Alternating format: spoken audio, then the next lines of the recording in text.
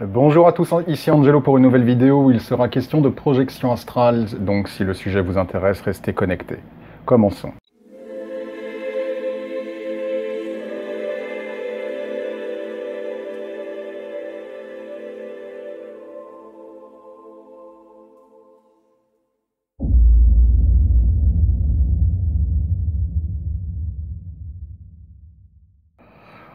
Bonjour à tous, ici Angelo pour une nouvelle vidéo, j'espère que vous allez bien. Après ces semaines un petit peu, enfin en tout cas la semaine qui vient de s'écouler un petit peu folle, des énergies toujours très lourdes, et du coup aujourd'hui j'ai voulu amener un petit peu de légèreté. On reviendra un petit peu sur tout ce qui se passe, les énergies en présence, réponses, questions auditeurs. Et j'ai reçu des demandes aussi par rapport à ce qui se passe actuellement par rapport au vaccin. On ne va pas en parler aujourd'hui. Aujourd'hui, on va juste s'amuser un petit peu et nous allons parler un petit peu de projection astrale. Ça fait longtemps que je n'avais pas posté une expérience de projection astrale. Quand les énergies se font un petit peu trop lourdes sur Terre, quoi de mieux que de prendre un petit peu de hauteur et que de voyager dans les plans spirituels. Pour ceux qui se projettent dans l'astral, évidemment, c'est tout bénéfice puisque ça permet un petit peu de s'élever et de se dégager des énergies un petit peu lourdes en présence. Alors j'ai aussi eu des messages de projecteurs astro qui me disaient « Angelo, j'ai un petit peu plus de mal à me projeter dans l'astral en ce moment, est-ce que c'est normal ?» Oui, c'est normal, puisque les énergies se densifient énormément sur la surface de la Terre, les plans, la qualité des énergies devient de plus en plus dense, et dès lors, il n'est pas surprenant que cela affecte les centres énergétiques des projecteurs astro et que cela impactent également sur leurs énergies et aboutissent à plus de difficultés pour se projeter dans l'astral. Donc si vous êtes dans ce cas-là, pas d'inquiétude, cela est normal. Donc une petite projection astrale que j'ai voulu partager avec vous, où cette fois nous parlerons une fois de plus des esprits de la nature et des esprits vénusiens, puisque dans le cadre de mes travaux spirituels en ce moment, je suis amené à travailler avec les énergies de la sphère de Vénus, et que dès lors j'ai une projection astrale qui m'a directement amené sur ces plans-là. Vénus, évidemment, est une planète qui, comme vous le savez, régit l'amour, les sentiments, tous les émois du cœur, mais également la créativité, l'artistique, la sexualité. Et les plans vénusiens sont des plans qui sont peuplés d'êtres extrêmement voluptueux et extrêmement sensuels. Également, la sphère de Vénus, vu que l'archange tutélaire attaché à Vénus est Aniel, correspond également à tout ce qui concerne la nature, les esprits de la nature. Donc cette projection astrale a commencé tout d'abord dans un bar, dans un lounge, très cosy, aux couleurs pourpre, on va dire mauve et verte. Il y avait des néons, des néons mais assez doux en termes de lumière, mauve, donc très cosy, très agréable, et également lumière verte, qui n'est pas du tout étonnante puisque la lumière verte est attachée à la sphère de Vénus. Et me voilà dans ce bar, et lorsque j'arrive dans ce bar, je prends place et je m'assieds sur on va dire un fauteuil en cuir confortable. Une petite musique de fond très agréable était présente, et au bout d'un moment, une jeune femme arrive, une demoiselle arrive, magnifique, à damner un matelot, avec de longs cheveux noirs et des yeux d'un vert cristallin. Cette jeune femme s'assied, et immédiatement je ressens des énergies évidemment de séduction, on va dire, émanant de cette personne, et je l'accueille avec un grand sourire, toujours curieux, évidemment, lorsque je suis en projection astrale. Si ce n'est que cette fois, j'avais vraiment décidé d'être dans une position un petit peu plus passive, c'est-à-dire que, vous le savez, la plupart du temps, pour ceux qui ont regardé mes précédentes vidéos en termes de projection astrale, très souvent je demande, je veux savoir où est-ce que je suis, comment s'appelle le lieu où je suis, etc., qui sont les personnes, et rien de tout ça ici. Durant cette projection astrale, vraiment, je me suis dit, je vais me laisser porter par le flow, et je vais vraiment, peu importe où je suis, peu importe où j'atterris,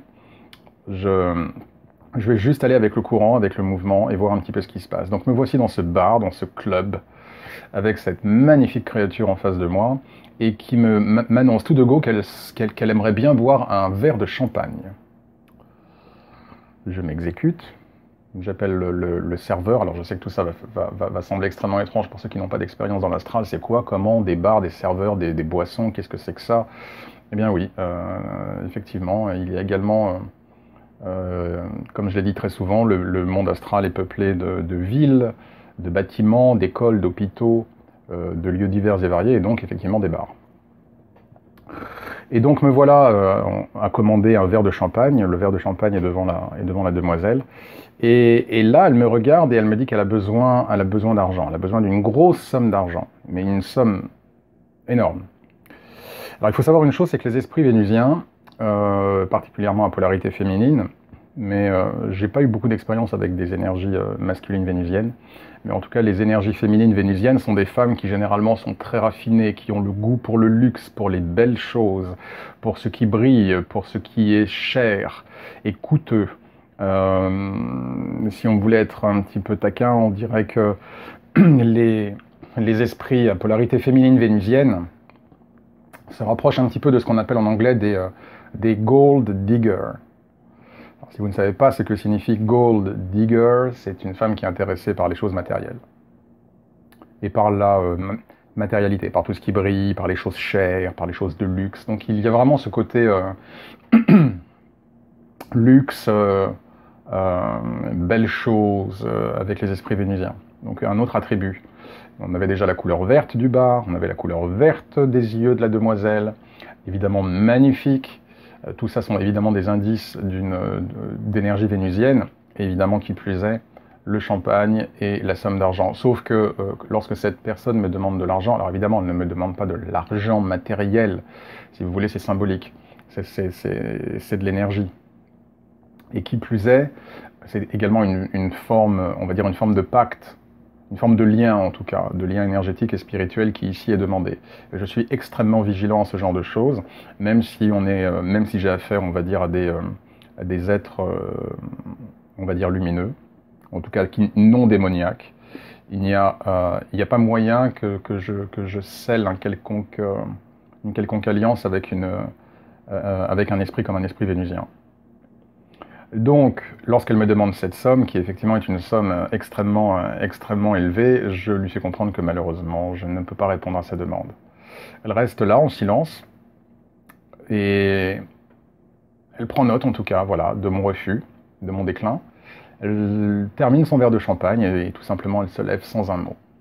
Je continue à rester dans le bar, juste à apprécier un petit peu l'ambiance, sachant que les énergies de ce bar étaient évidemment des énergies extrêmement, une fois de plus, sensuelles, voluptueuses, où, si vous voulez, tout est fait pour vous mettre à l'aise ou pour vous mettre dans un certain, on va dire, dans un certain état d'esprit. Je décide cependant de partir de ce bar, et donc je sors, je prends la porte. À partir du moment où je prends la porte, le décor change complètement, et mes étudiants et élèves en projection astrale savent pourquoi, hein.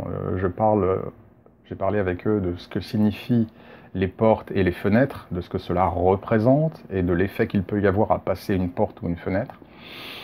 Donc je passe la porte et cette fois me voici dans une forêt. Je marche dans cette forêt et l'expérience était vraiment extraordinaire parce que c'est comme si je sentais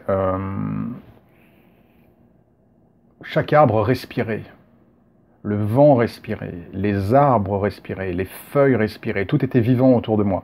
Vivant à un point qui dépasse évidemment ce que l'on peut être amené à ressentir quand on est dans une forêt. Tout simplement. Enfin, en tout cas pour ceux qui n'ont pas leur Kundalini élevé et pour ceux qui n'ont pas leur sens spirituel ouvert. Sinon, évidemment, ils vont être amenés à ressentir exactement ce dont je parle. Et donc me voilà à marcher dans cette forêt avec toutes ces lumières qui brillent, c'est-à-dire que toutes les couleurs étaient décuplées, centuplées. Tout était absolument merveilleux, comme un décor de Alice au Pays des Merveilles, quoi, ou de Bilbo le Hobbit.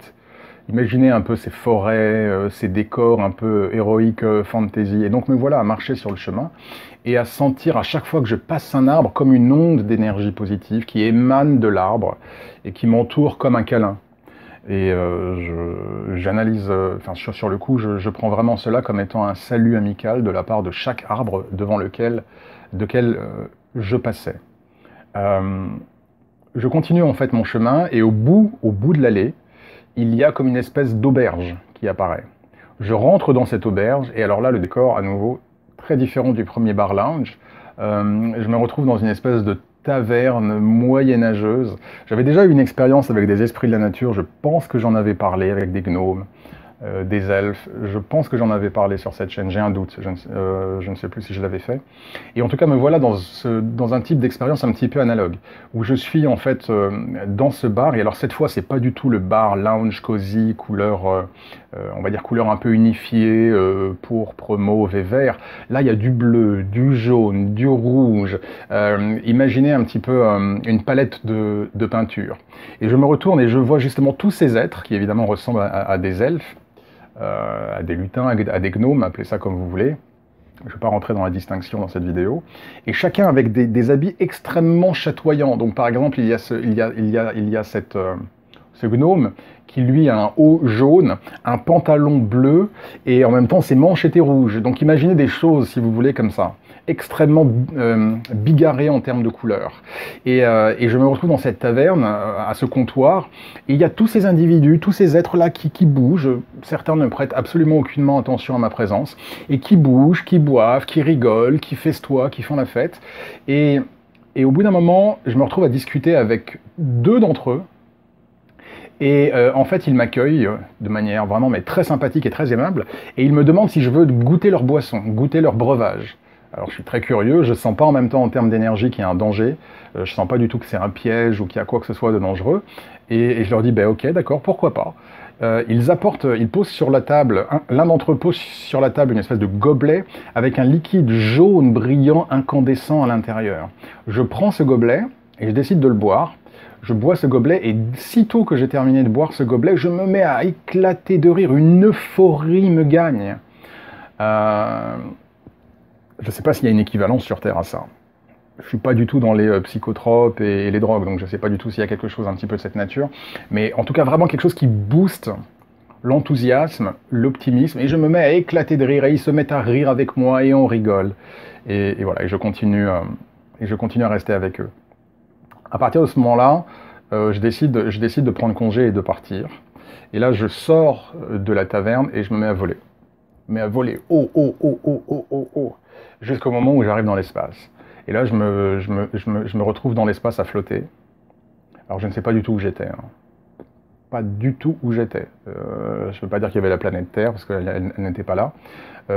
Et à ce moment-là, tout simplement, je me laisse flotter. Je me laisse juste errer dans le silence et dans le calme de l'espace. Et à ce moment-là, j'ai commencé à sentir des vibrations, donc j'ai vraiment compris que c'était le moment pour moi de revenir dans ma conscience en 3D. J'ai commencé à sentir mes énergies devenir un petit peu plus fragiles, et puis à ce moment-là, j'ai manifesté la pensée de revenir, et pouf, je me suis réveillé. Je me suis réveillé dans ma chambre. Voilà l'expérience de la toute dernière projection astrale, vraiment fun, vraiment légère, vraiment pas prise de tête, quoi. Ça change de toutes les énergies auxquelles on a à faire face aujourd'hui. Et voilà, j'ai juste voulu partager un petit peu cette aventure avec vous pour vous amener un petit peu de légèreté, pour aussi voilà, que vous compreniez que bon, on est tous coincés sur Terre, mais la vie ne s'arrête pas à la Terre. Il y a d'autres mondes, il y a d'autres plans. Il est tout à fait possible, au travers de différentes techniques, de se projeter dans l'astral. La méditation est une bonne pratique. Le travail sur les rêves lucides est également une bonne pratique, et évidemment le travail sur la projection astrale. Donc c'est quelque chose que je vous invite à creuser, en tout cas si vous voulez un petit peu vous aérer l'esprit, bien évidemment, c'est de considérer la projection astrale. Celle-là a été fun. Est-ce que spirituellement cette projection astrale était impactante? Non. Très sincèrement, non. Même si je suis en train de faire un travail avec les énergies vénusiennes, la projection astrale que j'ai eue et la rencontre avec cet esprit vénusien n'est pas signifiant par rapport au travail que je suis en train d'accomplir. Mais c'était fun. Toutes les projections astrales n'ont pas forcément besoin d'être des projections astrales sérieuses, spirituelles, où on va bénéficier d'informations ou être en contact avec un ange gardien ou un être angélique ou un ancêtre. Non, on peut aussi avoir des projections fun, tout simplement, juste pour être fun. À partir du moment où on ne viole pas les lois divines en projection astrale, où on n'utilise pas cette compétence pour faire le mal, il n'y a aucun problème à s'amuser un petit peu et avoir du fun. Et j'ai vraiment eu beaucoup de fun. Voilà. Je serai probablement amené à faire des vidéos ultérieures. Je creuserai peut-être sur les énergies vénusiennes, Il y aurait beaucoup à dire aussi d'autres types d'esprits, par exemple les esprits qui sont attachés à la sphère du Soleil, à la sphère de Mars, à la sphère de Jupiter. J'avais déjà un peu commencé à parler de la Lune. Alors petite parenthèse, on m'a posé la question, est-ce que tu es retourné sur la Lune après ta projection astrale pour continuer à parler avec cette femme? Non, je ne l'ai pas fait. C'est quelque chose qui est toujours sur ma liste. J'avais déjà parlé un petit peu des énergies lunaires à l'occasion de cette précédente projection astrale. Je pense que je la mettrai en fin de vidéo. Vous savez, en fin de vidéo, on peut choisir des vidéos que je mets en affiche. Comme ça vous permettra d'y avoir accès pour ceux qui ne l'ont pas vu. C'est vrai que les énergies de la Lune, elles, en paradoxe des énergies vénusiennes, sont beaucoup plus lourdes et chaotiques. Voilà, s'il fallait que je décrive, lourdes et chaotiques. Là, les énergies vénusiennes, c'est vraiment de la volupté, c'est de la sensualité, c'est très différent. Et à chaque sphère correspond des énergies différentes, et évidemment à chaque sphère correspond des esprits avec des qualités différentes, des propriétés, des archétypes, on va dire, différents. Et je ferai probablement d'autres vidéos à l'avenir par rapport à ça. Voilà, j'en reste là pour l'heure, je ne veux pas que cette vidéo dure trop longtemps, je ne sais pas combien de temps elle dure. Ouais, 15 minutes, ouais, c'est standard. Donc je vais en rester là pour l'instant. Il y aura des vidéos à venir prochainement, des vidéos réponses auditeurs. Et puis évidemment, je serai amené à faire une vidéo sur tout ce qui se passe en ce moment. Il y a beaucoup de duperies qui sont en train de se dérouler sur Terre et c'est le moment encore plus aujourd'hui que jamais d'être ancré dans votre foi et dans le divin. Puisque la salvation ne viendra pas du monde. Elle ne viendra pas du monde. La confiance ne peut pas être donnée au monde. Mais je garde ça pour une prochaine vidéo. Merci à tous en tout cas de votre écoute. Je vous souhaite un très très bon week-end. Prenez bien soin de vous et que Dieu vous bénisse.